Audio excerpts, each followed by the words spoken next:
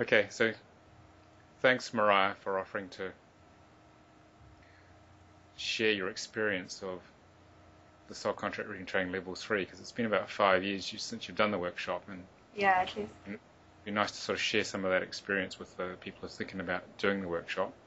Yeah. So if you can remember back, prior to the training, what were your sort of thoughts and feelings about it before you decided to come? Yeah, I had no doubts, no resistance to coming to this. I did have some resistance to the first one, but it was the kind of work that I was completely drawn to. So I booked onto the first level without even having a reading. I was that drawn to it. So by the time I understood that level 3 was about business, I already knew that I wanted to do it. But having said that, I don't think I really realised just what impact it was going to have. So by the time I got to level 3, which was, I think, around January, February 2007, I was changing over my work. So it actually came at exactly the right time for me, because it meant that I could look at all my own websites, all the product names, service names, everything. Um, and of course, as well, the following year, I changed my name by Deepal. So the whole experience for me was quite pivotal at that time. But I remember just before coming to the workshop being really excited, basically, because I loved this work. I especially loved the level 1, although I was frustrated on the course because everyone else on the course seemed to be getting it much quicker than me. They were answering the questions much quicker than me. And I was frustrated at the slowness of my ability to respond and remember all the different aspects. And I remember you and Almira saying, don't worry, you're getting it at a different level. It's a different transmission you're getting, because we all absorb it differently. And I think by level 2, I'd done lots and lots of reading. So it was beginning to go in, but it still hadn't quite clicked. And what I realized on level 3 was, as soon as I got to level 3 and we started working level 3, finally, it's like everything, all the lights were turned on. And I finally got it. So it clicked into place. And it wasn't even that I had to keep referring to the manual. It was all of a sudden the information was available. Information that hadn't been available, insights that I hadn't really had before. So it was like a piece of magic, really. It just suddenly happened. And I loved the course as well. It was a much shorter course, but I really enjoyed the course. And I think the thing that struck me was the practicality of it. So immediately I could put it into action. And I've done lots of corporate coaching, and I still do work with lots of corporate people or people who are running their own business. And so it had an immediate application I could already use, which is always a good thing. Yeah, the third transmission is key to finally integrating the work we've discovered. It's not something we understood when we first started doing this. No, it's So, not what I expected. It was yeah, a really nice surprise. yeah. It's sort of like the DNA wakes up from the third transmission completely, and the much fuller remembrance comes. Ah, I know what this means now, because Yeah, this work is not about remembering it, even though it appears like that. And remembering it at a conscious level, it's about becoming it yeah, at a bodily level, then allowing it to sort of express through you as a practitioner. yeah. I So mean, it's a, for me, it's kind of like in my blood now. It's in my DNA. yeah, It's me. I am it. And there are some people that kind of laugh. You have to remind me that I'm in Numberland, and I speak in numbers sometimes with certain people who are familiar with this. And so if everyone else is soul contract trained, it's easy enough. But if there are people who aren't, then I need a bit of a nudge sometimes. mm, So for me, it was like finishing that part of the work was really important. mm, And I was really looking forward to it. I just didn't know what to expect. I didn't realise to get quite as much as I actually got from it, I think. yeah. So what's happened in the 5 years since you've done it? What are sort of Um, the memorable sort of sessions you've done with clients in terms of its yeah. impact on their lives and their businesses? Well, the first thing I did was I actually looked at the website that I had at the time. And the feedback I got was that it was a beautiful website. And people would email me saying how lovely it was, and they felt really healed afterwards. And it was one I wrote when I was doing a lot of sacred feminine work back in 2004. And when on the course, when I looked at the numbers were all about sacred feminine, healing, and beauty. Of course, none of it was about bringing clients to me and generating any income. So it provided a great service, but it didn't actually bring me any clients. So the first thing I did was look at a new website that made sure that it held the right elements that definitely brought clients to me. And the new website, or the one I've been using for the last few years, it's got a 16:7 in it, and it's got a few other things in, but quite often I can be getting 1 or 2 clients a week, which doesn't sound a lot, but actually that's because I'm self-employed and a sole trader, then that's enough for me amongst all the other parts of the business I'm doing. So that was important for me.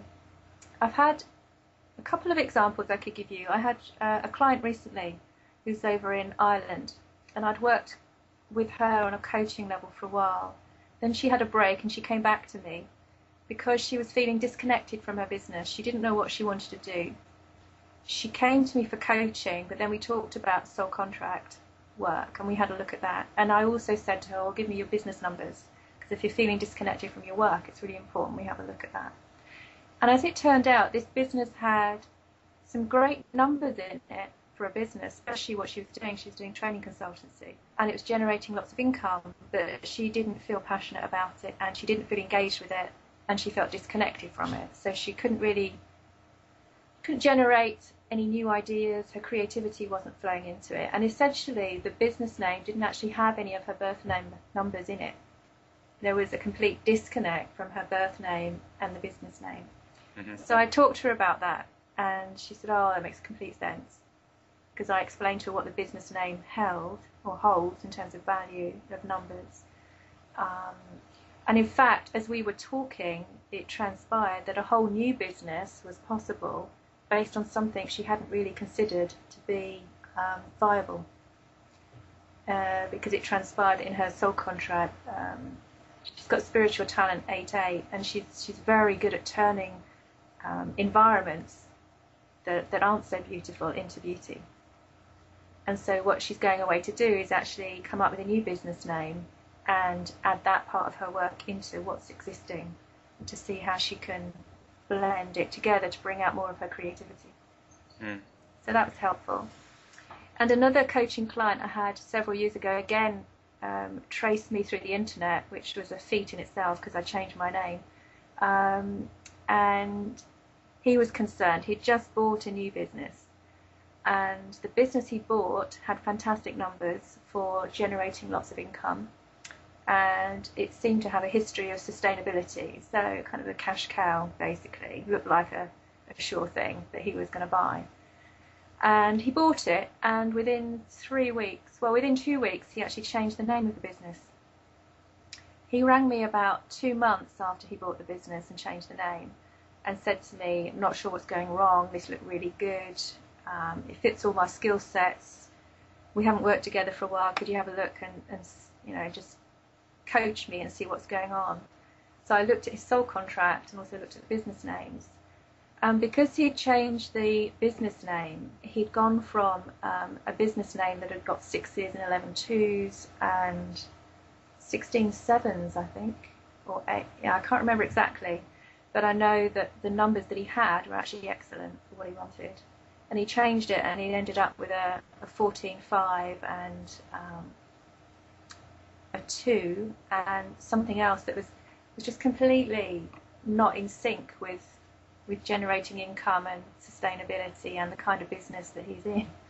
So when I talked to him about that, and also it didn't link with his birth chart, and he's the leading energy for the business. So when I talked to him about that, he got it. I mean, he's not into spirituality at all, but I guess he trusted me enough to have a look at it because we'd worked together before. And then when I explained it to him, he realised I was explaining exactly what he was experiencing. So then he got it, and we came up with a third name actually, which is now working, and he's just got within 4 months of tweaking the name again, he got a big contract with Tyrrell's, the crisp company, and with various other supermarkets. So his lesson now is actually how to pay attention to the name. Pay attention to the name, and also he's having to look at all of his processes and systems. and expand. And he's got a 12-3 in the new name as well, so that's quite funny. So it's all going well for him. Business wealth, yeah. Yeah. So it's Cool. working well. But it's been invaluable. I've been able to help people like authors look at their book names, product names, service names, strap lines, and it's helped me enormously with writing and articles that I've done for magazines and all sorts of things really. So I wouldn't be without it. I'm constantly using it.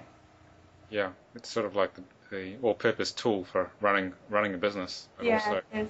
helping others run their businesses. Yeah, it is. And if people come for a soul contract reading and there's time, I'll also put their business name in as well, so they can have a quick look at that.